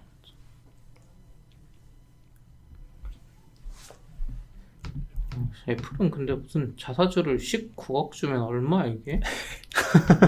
19억. 87조 원어치? 네, 엄청 사고 있는 걸로 알고 있어요. 아니네, 87조 원어치의 주식 매입을 더 하는 거네? 이미 갖고 있는 게 많이 있고 더 하는 거죠. 이렇게 여기는 그러니까 그 배당을 안 하잖아요. 애플 주식. 배당해요? 해요? 네. 애플 배당이 있었어요? 당연히 있죠. 미국 쪽은 IT 회사들 많이 해요. 근데 애플은 버크셔랑 헷갈렸다. 애플은 이미 IT 기업 중에서도 굉장히 그 뭐라고 해야지 중견이기 때문에 배당을 당연히 하고 지금 한참 올라간 애들은 안 하죠. 거의. 뭘 안 한다고 그랬는데 애플이 애플이 뭘 안 해요? 아닌가? 버크셔랑 계속 헷갈리나? 애플이 안 하는 게 배당을 안 하는 건 버크적인 하죠. 애플이 안 하는 게 많긴 한데 뭔지 모르겠네요. 애플이 안 하는 게 너무 많아. 아무튼 그러니까 그 주식 가치를 올리려고 그 이제 자사주 매입도 계속 하는 거잖아요. 뭐 그거는 뭐 보통은 그렇긴 한데 판단에 따른 거죠. 뭐 애플 입장에서는 애플 주식이 싸다고 생각할 수도 있는 거고. 배당 지출을 줄이기 위함일 수도 있어요.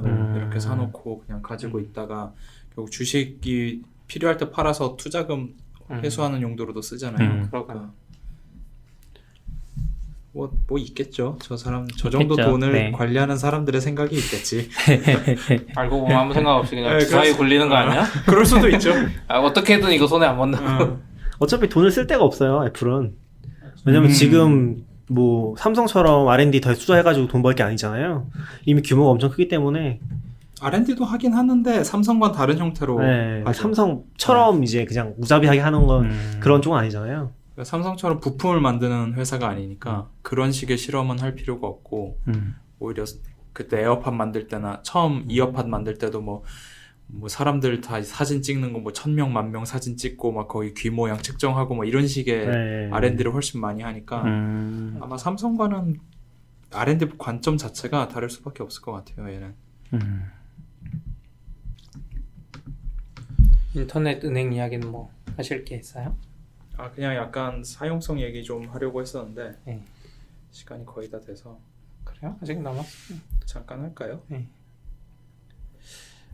이번에 곧 세 번째 인터넷 은행을 심사를 한다고 하니까 지금 인터넷 은행들이라고 하는 애들은 어떤가? 저한테 세 번째 못 나올 것 같은데. 이번에 신청한 데가 토스밖에 없잖아요? 아니 토스하고 세 하나 군데 더 있어요. 있어요. 컨소시엄이 아, 세 세 군데예요. 군데요? 예. 우리 쪽이 하나 있고 그 다음에 토스랑 신한이 원래 했다가 신한이 빠졌고 그 다음에 무슨 또 약간 이름을 못 들어본 곳 하나가 또 컨소시엄 만들어서 들어왔더라고요. 우리은행이 또 해요? 우리는 K뱅크도 했었잖아요. 그래요? 예, K뱅크 우리가 쪽에 아닌가? 우리은행이 있어요. 네. 잘은 몰라요. 제가 착각하고 있는 예. 걸 수도 있습니다. 어쨌든 세 군데라고는 알고 있어요. 제일 일단 얘기 많이 나오는 데가 토스잖아요. 네. 토스는 토스 자기 자본을 산업 자본이 아니라 금융 자본으로 신청한 것 같더라고요. 그래서 안 될 것 같은데 모르겠어요. 토스 돈이 안 되니까 자기네 자본을 금융 자본 그게 비율이 있나 봐요. 금융 우리가 자본을- 아니고 키움이었어요. 키움. 금융 네. 자본을 일정 이상 갖춰야지 만들 수가 있는데 근데 토스가 금융 자본으로 인정받을 수 있나라는 생각이 계속 들어서 뭐 해줄 수도 있죠. 핀테크로 해서 핀테크 키운다고 하니까. 근데 핀테크는 금융인가? 근데 이쪽이 지금 계속 뭔가 바뀌고 있어서 근데 정부에서는 세 번째 은행 하고 싶어 하는 것 같던데. 예. 하고 싶어 하죠. 일단 개인적으로는 K뱅크가 너무 못하고 있어요. 맞아. 토스도 그렇게 마음에 들진 않는데 진짜 K뱅크 제가 제 돈 관리나 뭐 이런 거를 어떻게 할까 하고 보다가 체크카드를 써야 되겠다라고 생각을 하고 체크카드를 조사하다 보니 제일 괜찮은 체크카드는 K뱅크에 밖에 없더라고요. 그러니까 보통은 1% 적립에 월 10,000원 한도인데 얘는 1.2% 적립에 30,000원 한도예요. 카카오뱅크 걸 써볼까 했는데 얘는 0.2% 페이백 밖에 없어서 근데 어차피 네이버 페이 포인트는 은근히 쓰는 상황이 많아서 이건 사실상 현금이라고 생각하면 이게 제일 할인이 좋겠다 해서 K뱅크를 가입을 했는데 첫 번째 마음에 안 들었던 거는 K뱅크 탓은 아니에요. 옛날에 대포폰 통장을 막기 위한 조치였는데 일반 통장을 하나 만들면 한 달 안에 새로운 통장을 못 만들어서 네. 통장을 2개 만들 계획이었거든요. 매일 1일 이체를 하려고. 그래서 또 한 달을 기다렸어. 그리고 이체 만들었어요. 그리고 보통은 그러니까 당행 간의 이체는 하루 이체를 지원을 해요. 우리은행도 있는 걸로 알고 있고 카뱅도 당연히 있고. 하루 이체가 뭐예요? 그러니까 매일 이체해 주는 거예요. 매일 나는 개인 생활비를 하루에 뭐 예를 들어 네. 3만 원으로 하겠다 하면 매일 3만 원씩 이체를 해주는 거죠. 근데 K뱅크는 1일 이체가 없대요. 고객센터에 물어보니까 준비 중인데 31개를 만들면 된다. 그래서 옛날에는 그래도 자동이체 10건 제한 이런 거 있던 은행도 많았는데 이제는 없나 보다 싶어서 31개를 만들었는데 그리고 나서 뭐 또 신청할 거 몇 개가 있어서 공인인증서를 쓸 일이 생겨서 컴퓨터에서 이제 공인인증서 작업을 하다 보니까 OTP 번호를 입력하라고 하는 거예요. 네. 근데 OTP를 받은 적이 없어서 알아보니까 앱 안에 있더라고요. 네. 그래서 앱 안에 있어서 앱 안에 있는 OTP 프로그램을 키고 그 번호를 눌렸더니 로그아웃이 됐어요. 브라우저가.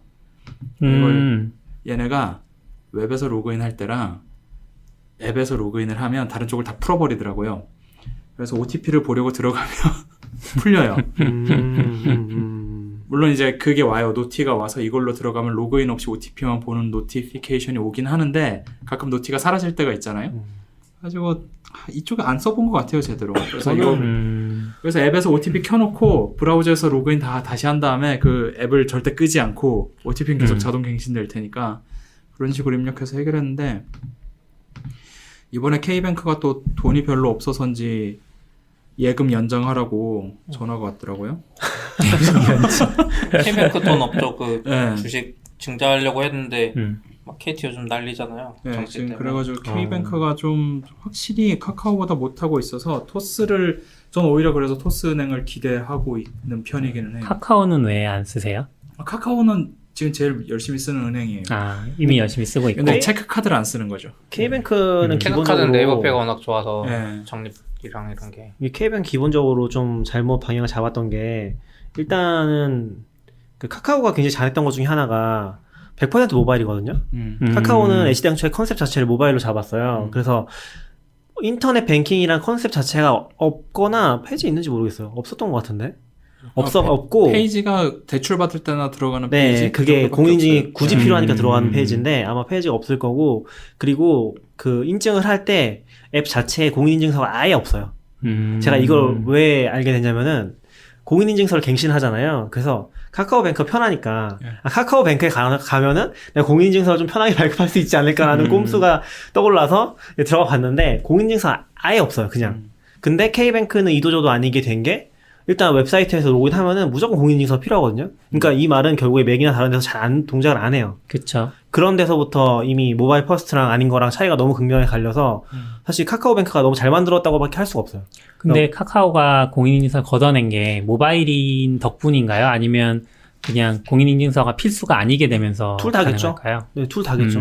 처음에는 시작할 때는 공인인증서가 필수였는데 모바일만 아니었던 걸로 알고 있거든요. 아. 이쪽이 시작할 때. 그래서 그냥 우린 공인인증서 안 쓸래 하고 그냥 모바일만 만들었다는 식으로 들었어요. 네, 그 UX 쪽에 인터뷰한 것들이 있는데 그걸 최소한 간단하게 하기 위해서 노력을 많이 한 걸로 알고 있어요. 네. 법적으로 네. 풀어준 것도 있고 그 비슷한 시기에 법은 풀어줬는데 다른 은행이 안 한 이유는 그거 안 했다가 사고가 나면 자기들이 책임자니까 그쵸, 그 자기들 책임을 책임이라서. 못 지겠다는 거고 카카오는 그 책임 지고 간 거죠. 어떻게 보면 빼고 그런 결단인 것 같아요.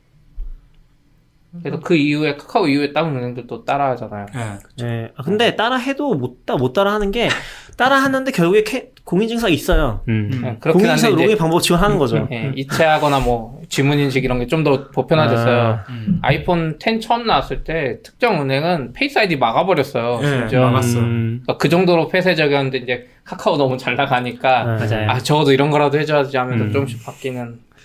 그나마 그게 좋았던 것 같긴 해요. 근데 이제 문제는 카카오뱅크 자체가 그렇다고 잘 될 거냐 하면은 그건 또 다른 문제라서 모르겠긴 해요. 왜냐면은 저는 카카오뱅크 제일 낫다고 생각하는 게 지금도 은행 창구 직원들은 영업을 하라고 강요받는다고 하거든요. 네. 그러니까 할당을 받는데요. 그렇죠. 창구 직원이 되면은 은행원인데도 할당을 받아서 뭐 적금이라든지 이런 걸 팔아야 되는데 근데 어쨌건 카카오는 단지 서비스가 좋은 것만으로도 사람들이 그냥 쓰는 거잖아요. 네. 영업 효과로 보면은 그냥 말도 안 되는 거죠, 사실. 영업을 하지 않았는데도 자동으로 사람 들어오는 거니. 그것까진 좋은데 이제 앞으로 돈을 어떻게 벌 거냐라는 면에서는 답이 있나? 왜냐면 그거 한다 지금 그랬잖아요. 중금리 대출. 그쵸. 그러니까 지금 아직까지는 그거잖아요. 아직까지는 일단 많이 모으는 단계. 돈 내가 써서 모은다라는 거에 훨씬 가깝잖아요. 네. 서비스 편한 거랑 별도로. 그런 단계라서. 근데 보면은 카뱅이 그래도 얘네가 처음 이제 전월세 대출을 할 수 있게 된 게 돈이 쌓여서거든요. 그러니까 K뱅크는 아직도 못해요, 그거를. 그러니까 돈이 없어서. 돈이 없어서. 쌓인 돈이 없으니까. 그러니까 네. 전세 K뱅크- 대출 하지 않아요?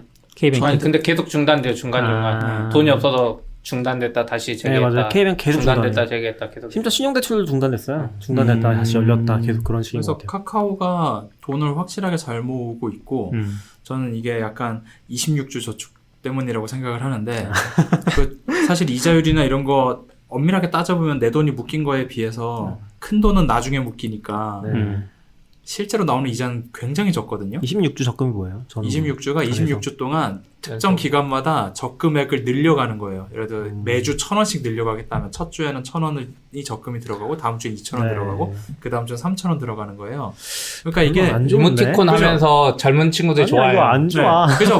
벌써 안 좋다라는 생각이 들잖아요. 반대로 해야죠. 그러니까 아니, 근데 반대로 여기는 가잖아요, 이제 원래. 요 생각이고 젊은 친구들은 그거 캡처하면서 네. 엄청 좋아해요. 이율이 네. 문제가 아니고 게미피케이션 요소가 네. 있어요. 그러니까 아. 라이언이 막 이렇게 찍힌 네. 거나 이런 것들. 근데 이게 처음에 진입장벽이 1,000원이니까 네, 오히려 낮은 거죠. 시작하기는 네. 편해요. 음. 근데 문제는 26주를 꽉 채우려면 이 사람이 그만한 돈을 유지를 어쨌든 그 통장에 하고 있어야 되니까 카카오뱅크 입장에서는 그 돈은 어쨌든 묶인 돈이에요. 이 사람들한테는. 그래서 이 과정에서 돈이 많이 이런 것들을 뭔가 좀 요상한 것들을 많이 만들어서 돈을 많이 쌓은 것 같아요. 그거를 K뱅크는 그런 거를 거의 못했고 토스가 그 비슷한 거 하고 있는 게 이제 그 무슨 잔돈 저축 이런 거를 이제 하고 있는 거고 그거는 뭐예요? 그거 아직도 모르겠는데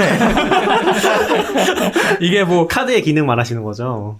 그거 대충 읽어본 바로는 도통 말하면서 좀 웃기게 예를 들어서 뭐 11,200원짜리를 샀으면 네. 우리가 보통 현금으로 쓴다고 12,000원을 내잖아요. 그리고 800원을 받으면 그 800원이 저축된다는 개념인 것 같아요.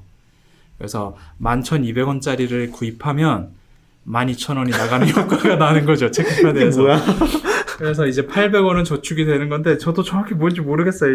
그러니까 토스도 뭘 막 열심히 하고 있는데 이것도 그러니까 대부분의 금융사들이 그런 걸 하는 거는 자기들 쪽에 돈을 쌓아놓기 위해서 하는 거잖아요. 그래서 토스도 그런 거 노력을 하는데 K뱅크가 그쪽이 좀 그러니까 K뱅크를 선택했던 이유 중에 또 다른 게 이제 10,000원도 예금이 되거든요. 다른 데는 보통 100만 원 단위로 해야지 예금이 되는데 얘는 10,000원만 네. 해도 예금이 돼요. 그게 좋아서 한 건데 오히려 그런 것들을 좀 더 홍보를 했으면 어떨까. 이게 예금이 그러니까 월급이 들어오는 사람한테는 예금이 그렇게 매력적이지 않을 수 있는데 네. 달달이 적금하면 되지만 그 월 수입이 일정치 않은 분들은 예금이 훨씬 좋거든요. 그렇죠. 10만 원 넣어놓고 그냥 더 넣지 않는 거니까. 그래서 그런 쪽으로 차라리 홍보를 했으면 더 좋았을 것 같은데 K뱅크는 앱에 그리고 메뉴도 그냥 여기 앱은 자체가 너무 쓰기가 힘들어. KT가 문제죠. KT가 전통적으로 던전을 잘 만들었기 때문에 네. 원래 이거- 던전. 네. 전 이거 유명하죠, 그것도 원래 있는 것 던전. 같던데 우리은행도 K뱅크랑 연결이 있었던 걸로 기억하는데 음. 약간 우리은행 UI 느낌도 나고 그다음에 그 웹페이지처럼 돼 있어서 백 버튼 누르면 자꾸 뒤로 가요.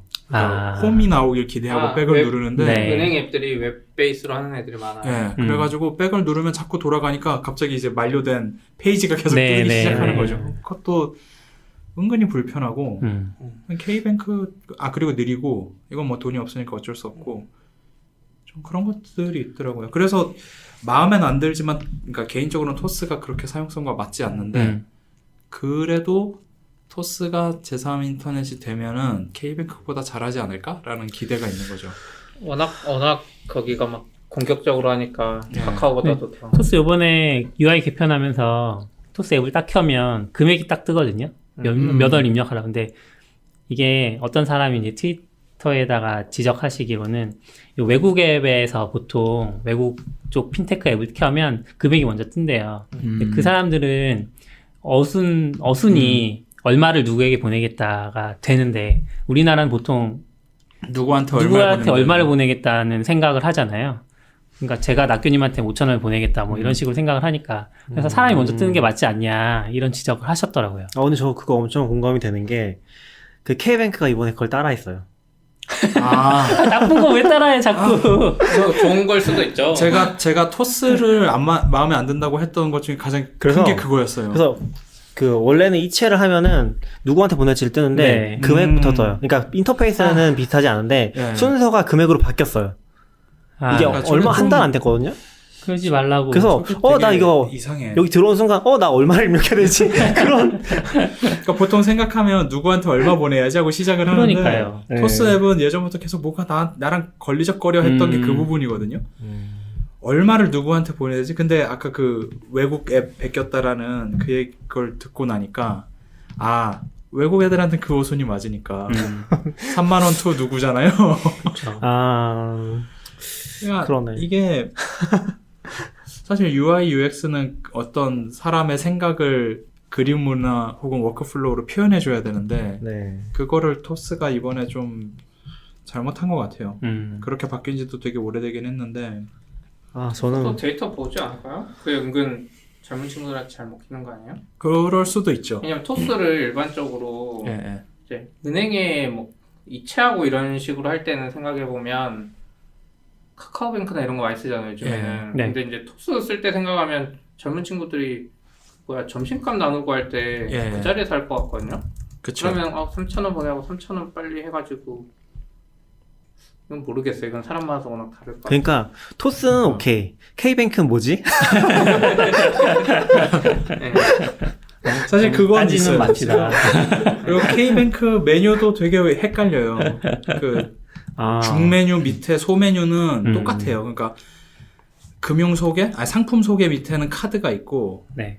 조회 밑에도 카드가 있어요. 그래서 내가 이 카드라는 메뉴가 어떤 카드 혹은 뭐 통장이라고 하면 통장이 이게 무슨 어느 거인 건지 보려면 그 위에 메뉴를 다시 꼭 읽어봐야 돼요.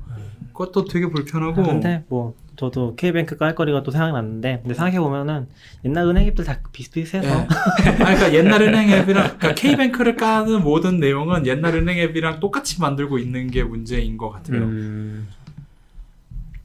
그런 뱅크 샐러드는 쓰시는 분 없어요? 네? 저는 뱅크 샐러드 샐러드는 가계부 아니에요? 가계부 저는 뱅크패스 샐러드도 그러니까 쓰고 있어요. 토스랑 뱅크 샐러드랑 발전하는 지점이 비슷해요. 토스는- 반대로 가고 있죠. 예.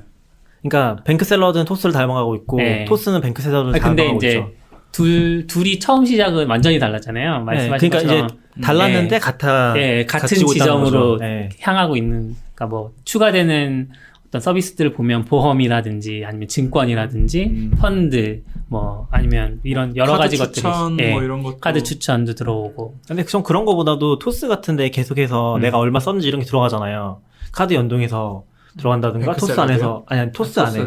토스에도 네. 들어가요? 아. 그래서 들어가요. 그게 네. 이제 카드 뱅크 샐러드를 결제하고 닮아가는 거고 뱅크 샐러드는 토스에서 옆에 있었던 그런 얘기하신 자잘한 것들이 네. 뱅크 샐러드에 또 다시 들어가고 그게 그런 의미에서 닮아간다는 거죠. 전 그런 자잘한 건 뱅크 샐러드가 훨씬 잘하고 있는 것 같아요. 예를 들어서 카드 추천은 토스는 내 나이대 사람들이 많이 쓰는 카드? 이게 다예요. 그래서 이게 나한테 무슨 도움이 된 저는 애초에 사용 패턴도 그들과 은근히 많이 다른데 그래서 그런 것도 있는데 뱅크 샐러드는 그 과거 한 달 동안 내역을 보고 그거에 대해서 어울리는 혜택을 걸 받는 추천해주죠. 거를 예. 계산을 다시 해서 이러면 얼마 더 아낄 수 있어 뭐 이런 이 카드로 바꾸면 뭐 그런 식으로 해주는 것도 훨씬 잘하고 있는 것 같고 그 부분이 이제 저도 되게 좋아서 카드를 바꾸려고 했거든요. 네. 사실 그 추천에 따라서. 네. 네. 제가 그 시점, 카드 바꾸고 싶었던 시점이 1년이 안 된 시점이에요. 입사하고. 그래서 그런지 모르겠는데, 1년이 안 되면 신용이 조금 이제 제한을 받나 봐요.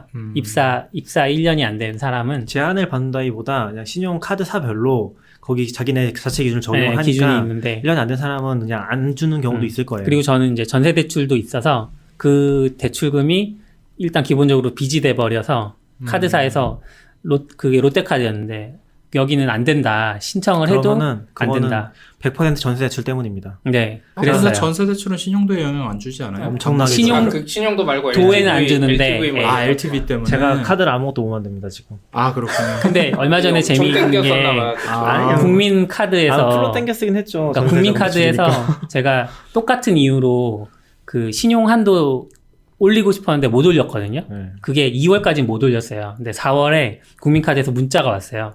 신용 한도를 알아서 올려준대요, 얘네가. 신용 그래서 한도? 그러니까 그 금액 한도, 네. 카드로 쓸 수 있는 금액 한도를 자동으로 올려주겠다는 거예요. 이의가 있으면 신청을 하려고 해서 이의를 신청할 이유가 없잖아요. 그래서 놔뒀는데 그걸 보고서 기간이 혹시 문제가 되나 이런 생각을 한 거죠.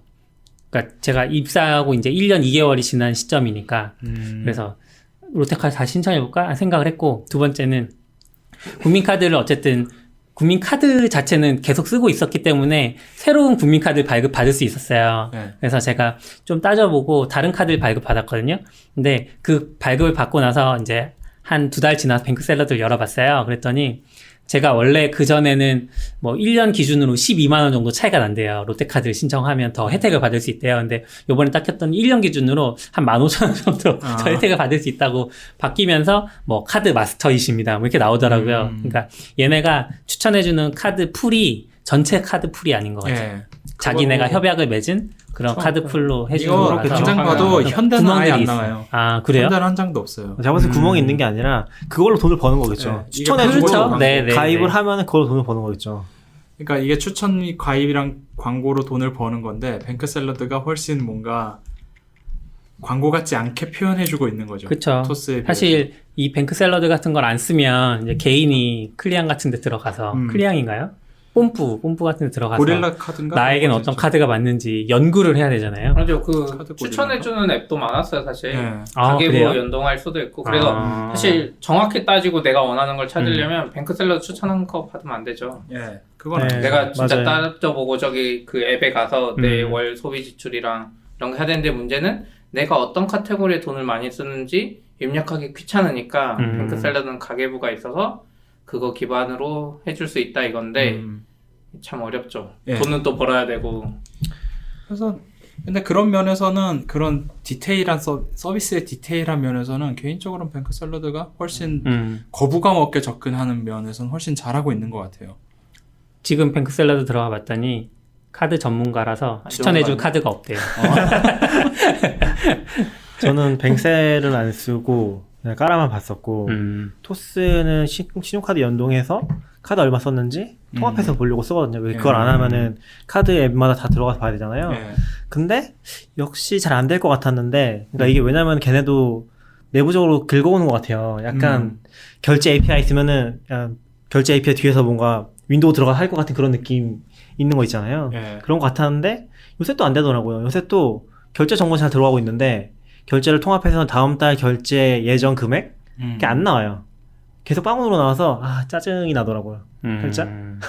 그냥 그런 거 다 내가 수동으로 하고 한 달에 한 번 후잉 쓰세요. 그냥. 호잉. 저는 다 호잉이라서 그러니까 그런 약간 관련된 그게 가는 것 같아요. 뱅크샐러드 같은 자동화를 처음에 하다가 나중에 이제 제대로 하게 되면 후잉 넘어가고. 그렇죠. 제가 후잉 그 아는 분이랑 옛날부터 말했는데 후잉이 엄청 오래됐잖아요. 지금 거의 네. 10년 돼갈 텐데 예전부터 이거 돈 좀 벌라고 그러니까 뱅크샐러드 돈 버는 거 이야기했죠. 네, 그러니까 네. 그 모델 너무 생각하기 쉽잖아요. 그분도 그렇고 이거 데이터 해가지고 돈 하면 벌 수 있는데 왜 안 하니? 그분 이제 사상이 다른 거야. 그런 걸 사용자 데이터로 돈을 못 벌겠는 거야. 약간 DHH 같은 스타일인가요? 그렇죠. 그래서 이제 사용자한테 대신 돈을 뭐 몇만 원 받고 예. 그걸로 이제 데이터를 안 파는 건데 뭐 그런 것도 좋아하는 분들은 그런 게 맞는 것 같고. 후잉 진짜 좋아하는데. 후잉이 그러니까 제가 지금 모든 걸 닦아도 후잉은 깔 수가 없어. 깔게 아니요 뭐 자잘한 버그는 좀 깔 수 있는데 아니 뭐 인터페이스적으로 보자면은 뭐 얘기할 게 많긴 하죠. 그쵸. 개선이 안 네네. 하니까. 근데 그래도 컨셉적으로 일단은 가장 좋은 것 같긴 해요. 후잉이 어쨌든 API도 오픈되어 있어서 하려면 뭐든 만들어서 넣을 수 있으니까 사실 제일 실수하기 쉬운 부분 중에 하나가 토스나 뱅크샐러드 같은 경우는, 그러니까 아까도 이제 적금 얘기하셨잖아요. 카카오뱅크가 적금을 이제 거꾸로 커가는, 그러니까 네. 앞으로 점점 커가는 걸 만들었다고 했는데 사실 수익으로 보면은 무조건 앞이 커야 되거든요. 그렇죠. 왜냐면 적금은 뒤에 넣어봤자 내가 한 달치 이자밖에 못 받으니까. 네, 그렇게 하면 안 되잖아요. 근데 어떤 의미인지 알 것 같아요. 근데 토스나 뱅셀도 보면은 사실 착각하기 쉬운 것 중에 하나가 아무리 자산을 많이 연동을 해도 100% 연동이 안 되면은 실제로 돈이 안 맞거든요. 네. 엉뚱한 데서 안 맞을 때 돈을 벌었다고 생각했는데 실제로 돈이 나가고 있을 수 실제로 있어요. 열어보면은 아직 뭐 연동하느라 노력 중에 있는 네. 곳들이 몇 개 있잖아요. 대출 유독 또 대출만 안 되는 케이스도 있고 뭐 일반 통장은 다 되는데 그래서 그런 것들을 그러니까 토스나 뱅크샐러드는 자산을 정확하게 파악하기 위한 앱은 아닌 거죠. 네. 애초에 시작 자체가 그냥 아예 안 하던 사람들이 뭔가를 하게 해주는 걸로는 충분히 도움이 되고 그 거꾸로. 부분에서 자동화도 잘한 것 같고 네. 근데 거꾸로 그 자동화가 착각을 심어줄 수 있다는 거죠. 그걸 쓰는 사람들한테 내가 돈을 제대로 파악하고 있다는 네, 그게 오히려 더 위험할 수 있다. 아니요 근데 그거는 아예 안 하던 사람도 자기는 파악하고 있다고 생각해요. 그런데 이제 물어보면 모르는 거죠. 네, 그거 네. 써보기 전에 몰라요. 내가 그쵸. 진짜 지금 얼마 있는지, 얼마를 쓸 수 있는지. 모바일 되면서 그게 좀 더 좋아진 것 같아요. 사실 좋아지긴 저게 했죠. 네. 사이트 연동해서 가져오는 것도 API가 음. 있긴 있고 그쪽 연동 다 하거든요. 예전에 보면 네이버가 거의 7, 8년? 10년 전에 뱅셀이랑 똑같이 했어요. PC에서 가계부 만들면서 그 특정 은행 공인인증서 등록하고 가져올 수 있게 해놨거든요. 그때 나는 근데 물론 은행들이 싫어해서 몇 개 안 됐는데 사람들이 결국 그러니까 비슷해요. 내가 쓰는 은행이 거기 다 없으면 이게 의미가 없어요. 네, 맞아요. 그리고 그쵸. 네이버 가계부 스타일이 지출만 기록해요 주로. 사람들은 자기가 번 돈이나 자산 관심 없고 지출만 관심이 많거든요. 그래서 그쵸. 뱅셀도 약간 그쪽에 포커싱해서 음. 잘 된 것 같고. 일단 다들 가계부를 쓰고자 하는 의욕은 있었는데 그게 진짜 힘든 일이잖아요. 가계부를 쓴다는 게 내가 오늘 쓴 근데 그 가계부에는 그것까지 포함되니까 내가 누군가한테 빌려준 돈까지 포함되니까 그렇죠. 거기서부터 헬이 시작되죠. 근데 그거를 해줄 수 있는 건 사실 아직까지는 후잉밖에 없는 것 같고 없죠. 근데 그런 거를 아예 안 한다 혹은 지금까지 한 번도 한 적이 없다 하는 사람들한테 토스나 뱅크샐러드는 좋은 시작점이긴 한데 이게 그 이중 복식북이라고 하나요? 네, 이중장부가 아니고 복식북이가 후잉은 그- 이중장부도 할 수 있는 거 같아요. 네, 그거 생각난다. 복식북이가 할 수 있는 앱이 있기는 있더라고요. 아, 아이폰 쪽에. 근데 이제 저는 이름을 까먹었고. 그런 앱들이 당연히 있는데 네. 사실 뭐 회계 장부에 써도 가능은 하죠. 근데 컨셉이 다를 뿐이지. 그냥 그 복식북이랑 가계부를 잘 섞은 앱이 후잉밖에 없는 것 같긴 해요. 아직까지는. 아직까지는 아니라 앞으로 원래 없을 거고. 가계부 서비스의 궁극적인 건 외국에 따져봤을 때 민트닷컴이라고 했거든요. 네. 걔들은 이제 그쵸. 그거 기반으로 사용자한테 돈을 받으면서 사용자한테 돈 받아요 거기도. 그래서 그거 하면서 진짜 추천을 잘 해주는 거죠. PF. 이 사람 돈을 내는 사용자를 위해서 추천해주는 거예요. 광고 뭐 이런 베이스가 아니라. 그래서 이제 그런 게 궁극적인 가계부 서비스의 방향인데. 저도 사실 민트 써보고 싶었는데 가입을 하려면 미국 계좌가 필요하죠. 그것도 있고. 한국 서비스가 아니니까요. 네. 근데 이제 한국에서는 약간 반대로 된 것 같아요. 한국에서는 금융 쪽이 워낙 못하고 있으니까 가계부 하다가도 금융하고 싶고 뭐 하다가도 금융 네, 갑자기 맞아요. 은행이 너무 못하고 있는 거야. 못하고 그러니까 있긴 이게 가계부 서비스들은 기본적으로 민트랑 경쟁을 해야 되는 네. 거잖아요. 그러니까 민트가 어떻게 보면은 참조할 수 있는 그 본인 거죠. 모델인 거죠. 근데 은행들은 그냥 경쟁을 외국이랑 안 하니까 국내에서만 하면 되니까. 저는 좀 다른 게 어차피 가계부 서비스는 다 그냥 덤이라고 생각하거든요. 음. 가계부 서비스를 하기 위해 하는 것 같지 않아요. 그렇죠. 그렇죠. 네. 그렇죠. 민트도 그렇긴 한데 이제 아니, 민트가 아니라 민트는 가계부 서비스죠. 민트의 본질은 가계부 서비스인데 우리나라에 있는 뱅셀이나 토스의 본질은 가계부가 아니라는 거죠.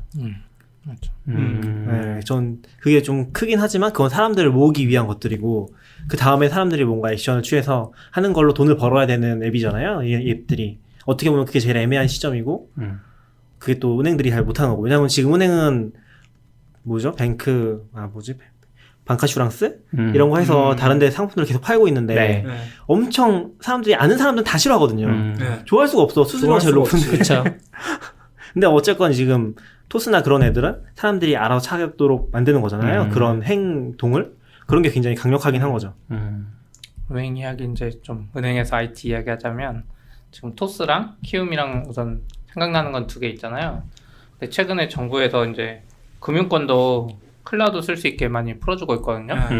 해가지고 토스 그 컨소시엄에는 한국의 그 베스핀 글로벌이 주주로 들어가 있고 4% 정도. 그리고 베스핀이 AWS AWS 리셀러. 파트너, 예, 파트너사라고 하죠. 예. 그리고 그 키움증권 쪽 컨소시엄에는 메가존이 또 들어가 있어요. 아. 주주도. 그래가지고 지금 그 제 카카오나 K뱅크는 클라우드 안 썼잖아요.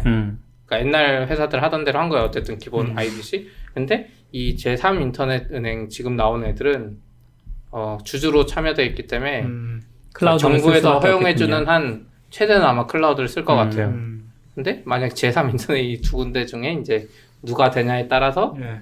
그 파트너사들도 아마 은행에 클라우드를 공급하는 회사가 되겠죠. 심지어 아프리카 TV도 있네요. 아프리카도 뭘 해야죠. 키움 컨소시엄 쪽이 뭐가 좀 근데 아프리카 TV는 뭔가 맞나 이런 근데 이런 데는 그냥 투자하고 네, 그쵸, 돈 투자하는 맞아요. 거잖아요. 투자. 약간 투자금 받는 거. 투자 많이 했죠. 예전에 미메이드도 카카오가 뭐 게임하기 전에도 예. 투자했었으니까. 커뱅은 어떻게 되고 있는지 모르겠네. 카뱅도 카카오가 살 수 있는 권리만 있는 거잖아요.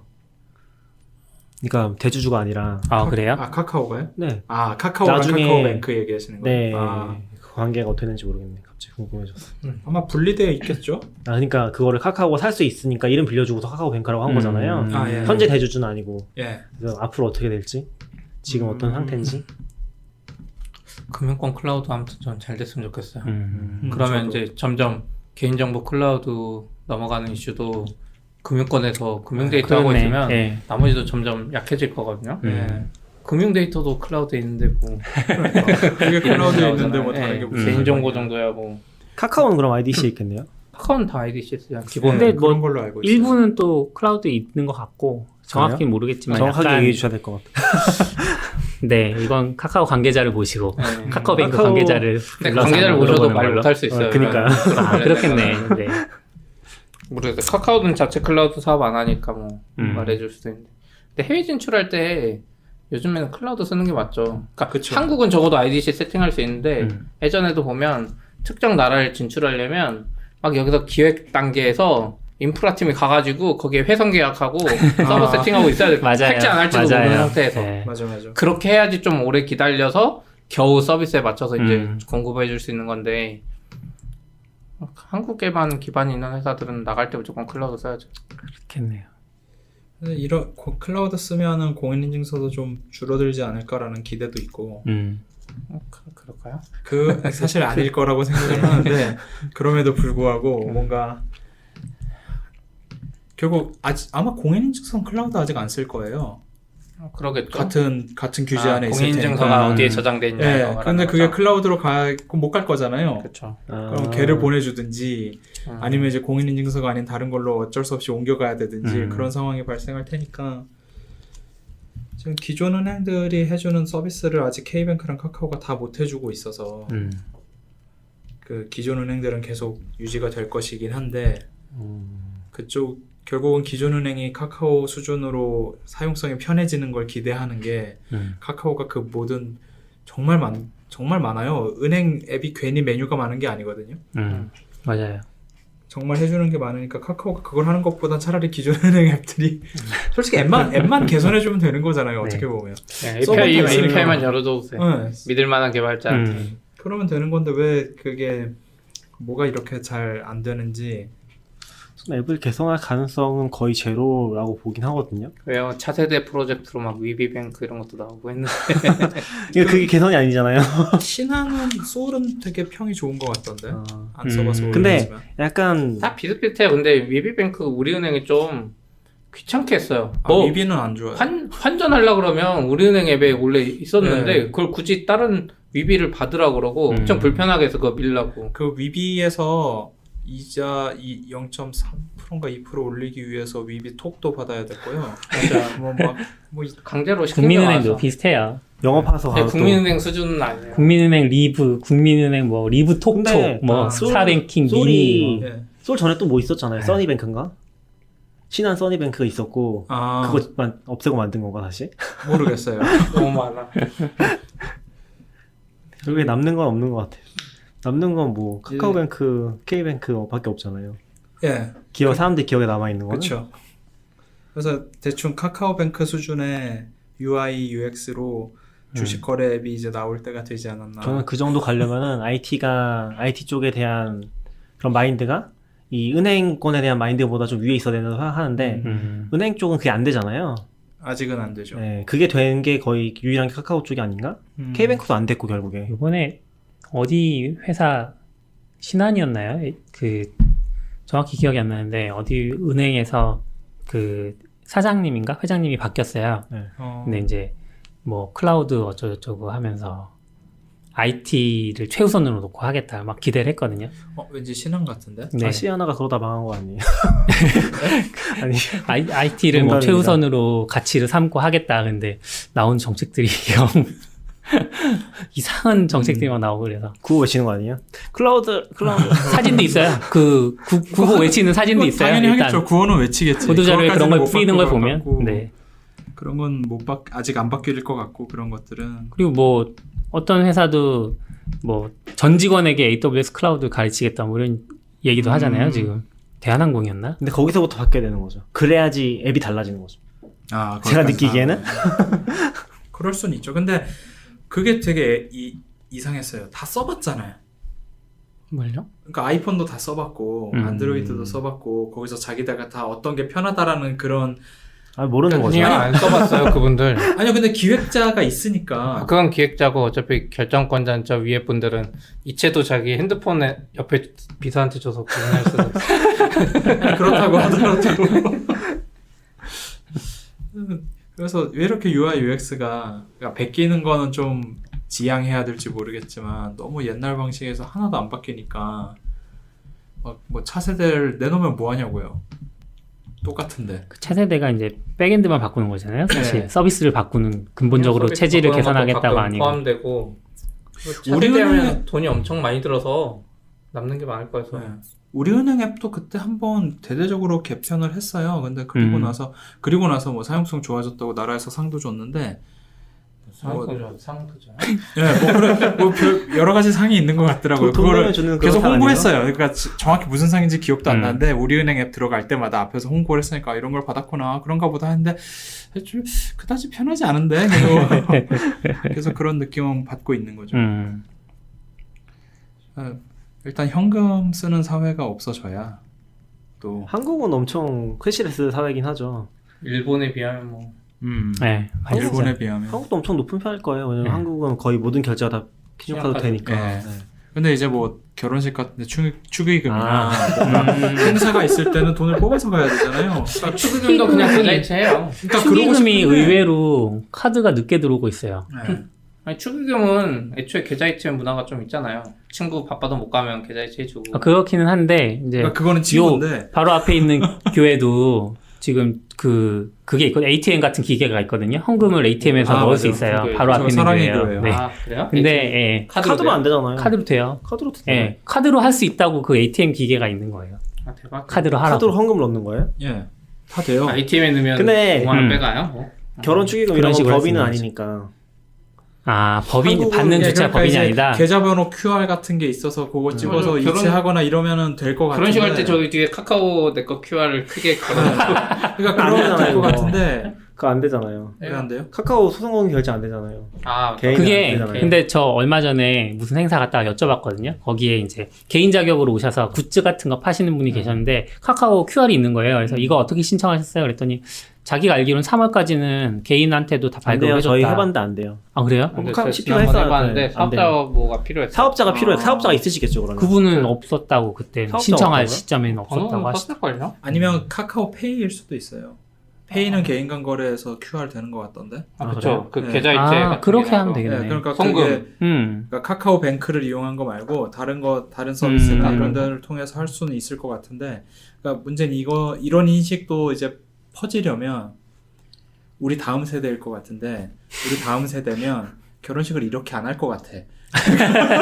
그렇죠. 랜선 결혼식으로 그럴 수도 템 있고, 켜놓고. 심지어 결혼이란 제도가 살아남아 있을까에 대해서도 음. 굉장히 의문이 있는데, 지금 뭐 유럽 국가에서는 이미 결혼식 안 하고 같이 결혼해서 사는 그냥 그런 사람들도 많고 결혼이란 제도도 약간 유명무실하다고. 네.